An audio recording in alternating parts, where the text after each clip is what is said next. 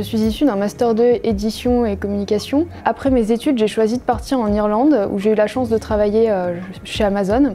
L'idée c'était de perfectionner mon anglais, mais en fait j'ai découvert aussi une entreprise où l'innovation était vraiment à toutes les échelles. Et quand je suis rentrée en France, donc j'ai repris un emploi dans la communication et l'édition print.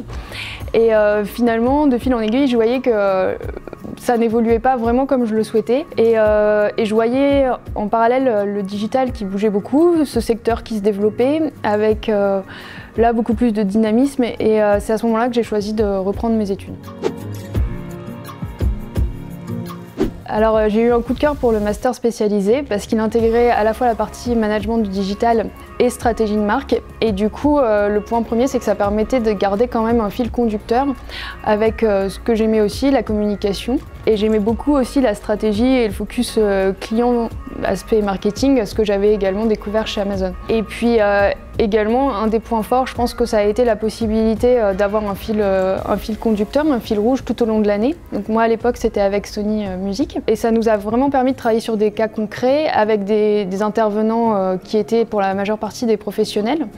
Et donc, vraiment de se mettre en mode projet dès l'étude. Le troisième point, je pense, c'est qu'en fait, on a pu bénéficier des événements organisés par l'ESCAD, donc c'est-à-dire tout ce qui était les Digitalk, le DigiPrize, et qui nous permettait aussi de rencontrer des professionnels du secteur, d'échanger avec eux et de garder toujours ce lien avec l'innovation et les avancées dans notre secteur, et puis ce qui est renforcé également avec l'Institut du marketing digital.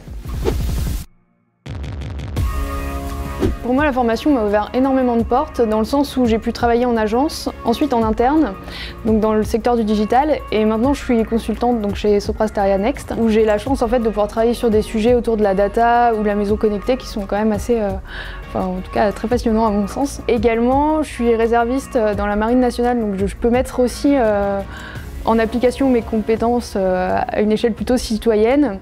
Et j'interviens également en école de commerce sur le marketing digital où là, je transmets ce que j'ai appris auparavant.